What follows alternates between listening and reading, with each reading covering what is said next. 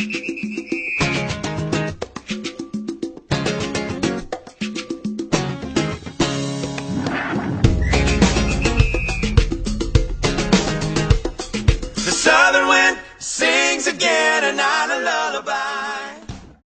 our first full day in LA, we met with Sam Levine, a WNOT alumni working at Fuel Industries.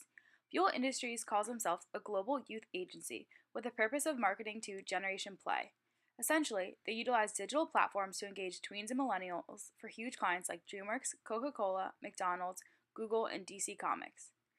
It was really interesting to hear how Sam transitioned from WNL to LA. His career path, which involved producing for NBC at age 19, is definitely unique, but made me think about how hard work and a go-getter mentality can open so many doors. No, I want to be in my own thing. Here we are walking into Sony, and we're really excited to learn more about the production studios, even though it's raining a little bit. Next, we went to the Sony lot to meet with Marie Jacobson. She oversees all TV programming for network groups for the SBT networks. Marie really emphasized the importance of finding the best way to impact your audience in television. For Sony, Marie believes this will be with their digital network called Crackle, which she thinks is the next generation Netflix. After meeting with Marie, we had a tour of the lot, where we saw the original Ghostbusters car, the RV from Breaking Bad, the set of the Goldbergs, Adam Sandler's Cadillac golf carts, and so many other cool things from movie history. We even got to go on Jeopardy! The next day, we visited the Fox lot, where we met with several WNL alumni. First, we met with Grant Gish, who works with animation programming. He walked us through the decision-making process of deciding how shows get pitched, picked up by networks, and become successful. His coworker, Mark Ambrose, also gave us insight into drama television. He then showed us an episode of the new Seth MacFarlane show called Border Town, which was hilarious. Grant then came with us on a tour of the Fox lot, where we walked through the New York street set, which has been featured in countless movies and TV shows, like How I Met Your Mother. We also got to walk through the set of New Girls and It's Always Sunny in Philadelphia, which was so cool. After lunch at Moe's Cafe, we met with alumni Keith Rao and Andrew Ferguson.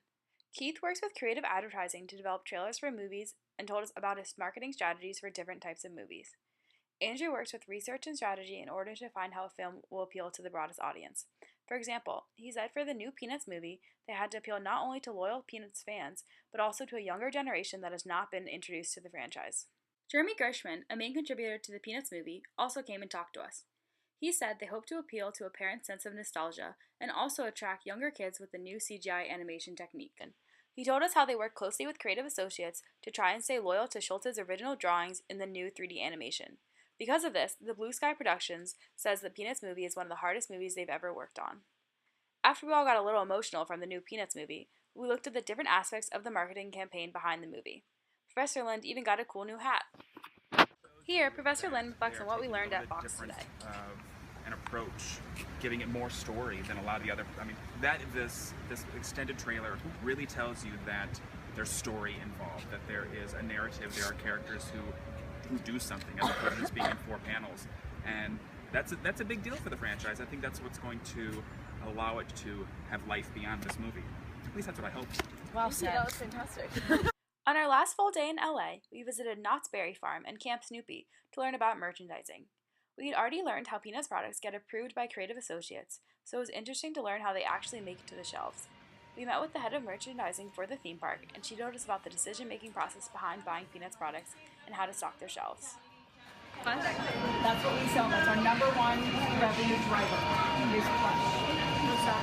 Number 2. Anybody guess what number 2 would be? The mugs. Mugs. Apparel. Yeah.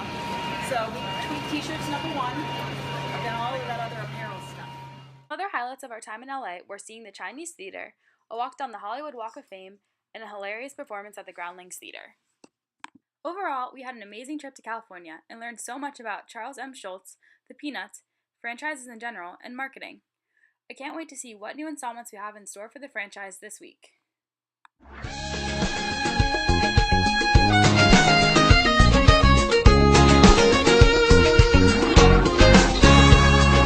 Baby powder beach under my feet has got me rolling, and the breeze through crackling leaves like a daytime campfire burn.